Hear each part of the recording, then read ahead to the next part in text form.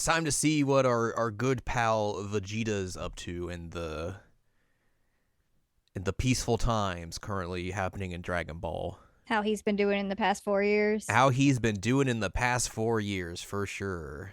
Yes, hello, welcome to this week's episode of Jared and Al Watch Dragon Ball Super is episode number 2. I'm Jared, joined as always by Doc Al and Lady Hello. We are discussing episode number 2. It's called To the Promised Resort. Vegeta takes a family trip. Yes, he does. He sure does. Oh, boy. Let's do a little bit of housekeeping here before we start. Okay. Because they made some announcements. Oh, yes, they did. They're like, wow, Jared and Al Watch is covering Dragon Ball Super. We gotta talk about it. Mm-hmm. We gotta announce that we're making more of it. So yeah. They're making more of this show, which will air, I think, in 2027. Which means we'll eventually get to it at some point. At some point. So we'll just continue on when we get there. But they also announced they're doing a remake of the current arc that we're watching right now. Which I guess is going to be more in line with how like the movie is or something. It seems very weird. Either way, that's something we probably won't cover because we're already watching that arc. So there's no real need to watch it again. Right. So there's your housekeeping. Okay. But yes, Vegeta's going to go on a vacation. Yeah. Gotta hang out with the family. Yes. We get a recap of last week, and then we begin this week with King Kai. He's on his planet driving around with Bubbles and Gregory. Just driving around the tiny planet that he has, having a good old time. Just, relaxing, having a little cruise. And then Goku just suddenly appears, and King Kai crashes into his own house. Yep, so he destroys his car and his house. Yep. Goku is very unclear of why they're rebuilding the house from scratch when King Kai has the ability to just do it automatically. And King Kai's like, well, I need to make time to gripe about this to you. So there's that. And Goku's also like, well, I want to come here and train because, the planet has 10 times the gravity of Earth. So, it's better for me, of course. Why else would I come there? A metric butt ton of fried rice. He does. He's just chomping down while they're rebuilding the house and not helping. It's a bowl like the size of him, and there's also 10 bowls that are smaller next to him. Yep. Classic Goku. It's absurd. He goes off to go train, and then King Kai tells him to change clothes because he looks like he's about to go on a safari. A safari! And then he just gets into a tracksuit. Yep. And he's ready to train. He's so happy. Meanwhile, we see Bulma, Trunks, and Vegeta. They're flying to a resort to go on vacation. Bulma and Trunks are in a plane. Mm-hmm. And Vegeta's just riding on top of it, just standing there the whole time. I love that Trunks is like, man, we could have been flying. She's like, no, I can't. He's like, is Dad still on top of it? And you're like, yeah, he is. It's funny that she says that a human being cannot handle the speeds that they fly at when Gohan taught Videl how to fly. Oh. And she's a human. Oh. Krillin, also a human. Oh. Well, maybe she just doesn't want to. I think she just doesn't want to. She's like, look, we have all of this technology, all these ways of getting around. I don't need to fly. I don't need to learn that. I got ways to get around it. And yeah, Vegeta's just standing on top of it because he's like, oh, I want to go trade. And then Bulma's just like, well, let's see if you can take this. And then she just starts flying very erratically, doing loops and stuff, flying through the water, flying through the forest. And Vegeta the whole time is just cross-armed, stone-faced, just like, Well, she's like, has an octopus hitting his face at one point. Yep. He comes out of the forest. He's got later. Twigs and stuff hanging out of his eye, or he's got his hair and a Mekon. Yep. He's just having a time. Yeah, which I was like, oh yeah, okay, they're perfect together. I get it now. Yep. But they finally get to the resort and they're just going around doing the touristy stuff. They're going shopping. They're buying Trunks a new fit. Vegeta, Bulma's trying to get Vegeta new clothes, and he's like, no. You will not make me wear this. It's like, yeah, of course. It doesn't have Bad Man on the back of it. You're right. The But two I mean, things. Oh, to go be ahead. fair, floral shirt Vegeta would have been It would have hit. pretty good. It would have hit. Um, my two favorite things about this scene were one, he remembered why he was doing this, which is that he hit his son in the face. Mm-hmm. And I was like, well, I guess I gotta do a vacation then. And the other thing that was really funny to me is that Trunks is like, I can put on pants myself, and then he comes out, he's like, it fits, and then Vegeta's like, you can't even button your shirt up right. He's like, oh crap. It's like, damn, Vegeta, get him. But yeah, He's like 4. Come on. Vegeta and Bulma also have a conversation about how she thinks Vegeta's like is like slowly changing after everything that's happened. You know, he's going out on a family vacation. He's spending time with the family. Like normally he would never do that. And he's just like, I'm just keeping a promise, of course. And she's like, I don't know about that. They go eat a bunch of food, and Vegeta and Trunks, of course, are just chowing down as they do. And Bulma's just like, keep it coming, keep it coming. And they just keep getting bigger and bigger and bigger things to eat until they land at a giant octopus. And everyone's like, yeah, this is great. And Vegeta's like, I'm going to eat your whole race. Your whole race. Because he's mad that there was an octopus that landed on his face when he went through the water. It's like your whole race is so extreme. So he tries to yank off a giant tentacle and then gets inked all over, and then he's very upset. Yep. And is like he's about to charge up and starts breaking things, and everyone and Bulma and Trunks are like, "Oh, we gotta go. See you later. Don't try the octopus." Go try the octopus. He's like, and then they're just like hanging out by the beach, and he's just like, Bulma mentions as they see a cruise liner that she wants to rent a cruise liner for her birthday coming up.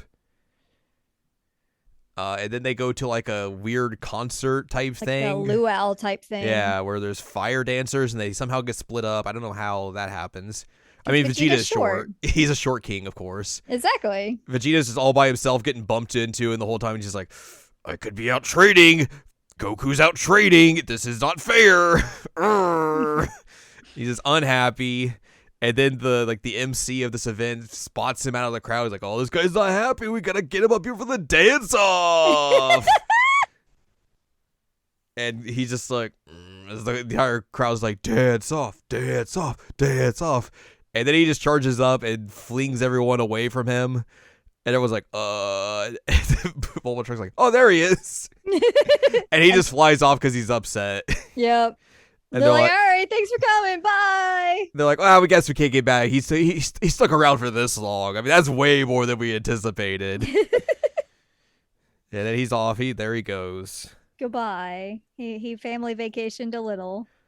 And then like later on, we see him. He goes to the gravity room at the Capsule Corporation to go train, and is just he's getting a workout in, of course, and he's just like, Goku is training. I gotta get stronger as well. I may have accepted that he is the strongest right now, but I will not settle for that. I will become the strongest and surpass him and everyone else in the universe. As you know, Vegeta would be one to do. Yeah, then he gets very sweaty. He is very sweaty, of course. We cut to a planet where a dinosaur is bullying some aliens. And before that as well, Beerus is just lounging around waiting for Whis to show up with some food.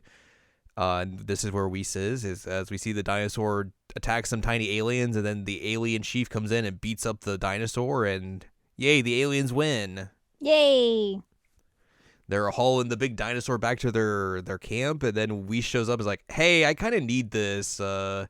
I have a time limit, and I need to get this back to Lord Beerus. And the alien's like, ho, ho, ho, ho, ho, ho, ho, ho, ho, ho, because he always says ho. So Whis has to translate it to the language for him, and they just yap back and forth, and nothing really gets resolved. And then Beerus shows up, and Whis is like, hey, I have 40 seconds left. Hang on. And Beerus is like, no, I'm bored. It was like 2 centuries for me, not 2 minutes. I'm hungry. Yes, hungry. The alien does a transformation, gets more powerful, and then tries to attack Beerus, and Beerus is like fending him off with just a finger. Yep. And nothing this dude does anything to Beerus, and then Beerus just takes him out with his own attack. And then by the end of it, Beerus is like, I don't really want this dinosaur anymore. Looks kind of gross. And then he just blows up the planet. And the whole time he's like, originally he's like, what if I got this dinosaur to help me? Because I had this dream and I could see something, but I can't quite make out what it was. And it's nagging at me and I hate that. It's so annoying. What could it be? Maybe this dinosaur meat will help me remember. And then he just blows up the planet. He's like, nah, I didn't need that. I'll just blow up the planet and that'll help me remember. He's just like, We also get a cut to the Elder Kai and Supreme Kai drinking their tea, and the Elder Kai's like, oh my god, another planet blew up. Oh my god, Beerus is back. This sucks.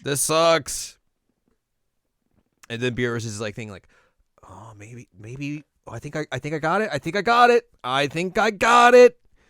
And Whis is like, okay, well, what was your premonition about? And he's like, it's like this ultimate fighter, and he's gonna entertain me if I fight him. It's gonna be great. But it started with like an S, like it was super something. What was it? Super Saiyan God. He's like, oh. I see. Anyways, let's go back. I'm hungry. I want some food. Hungry. And they just zoom back to their own planet. Goku's tearing up the lawn on King Kai's planet. Being a menace. And he's like, I don't understand what's the matter? The grass is gonna grow back. Don't stop me. I'm just working up a sweat now. Come on. As he's lugging around these giant barbell plates. Just being a menace. Yep. So yeah, that's how we end our episode, as Beerus has uttered the phrase Super Saiyan God for the first time. And maybe he's gonna be coming over to the Earth. Uh-oh, indeed. Let's talk about some trivia and differences. Okay. In the manga, Beerus recalls his name Super Saiyan God after visiting the unnamed planet where he is presented with a feast. In the anime, he does not, and only recall his name after destroying Mogina, which is the planet, instead. Vegeta's trip with his family to the resort is exclusive to the anime. It's a good addition. It is. And then Whis and Beerus going for the dinosaur meat is also exclusive to the anime. And then apparently they also, in the UK version of this airing, they edited out Vegeta punching Trunks in the face. This is funny. Like no child abuse. So how did they explain it then? I guess it was probably just Trunks punching him, and then that was it. Oh, okay. Here's some trivia. When Vegeta gets separated from Bulma in the crowd, it is never explained why he and Trunks could not find each other instantly simply by sensing each other's power levels, which is true. Oh, huh. And then here they showed footage from Dragon Ball Z for the Vegeta and Trunks thing. Mm-hmm. This also says this episode actually uses the old Dragon Ball Z footage instead of Dragon Ball Z Kai. After the first episode had Dragon Ball Z Kai footage, which is interesting. But yeah. Next time we'll be discussing episode number 3. It's called Where Did the Dream Pick Up? Find the Super Saiyan God. It's time for Bulma to have a birthday. Yeah. And Goku's gonna forget it. Uh-oh. But everyone, we're gonna find out what's been happening with some other folks as well. Woo! As everyone's gonna have to show up for Bulma's birthday party. Right. So we'll see some more folks that we haven't seen so far in the series. But that's gonna do it for us this time. So if you'd like more from us, head on over to seasonlanimecheckup.com or sac.cool, where you can find past episodes of this podcast and other podcasts, like Season Anime Checkup OVA. You can also find columns and reviews on the site as well. If you'd like more from Anladium, go to anladium.com. She's got columns and reviews. You can follow us on Blue Sky at seasonlanimecheckup.com.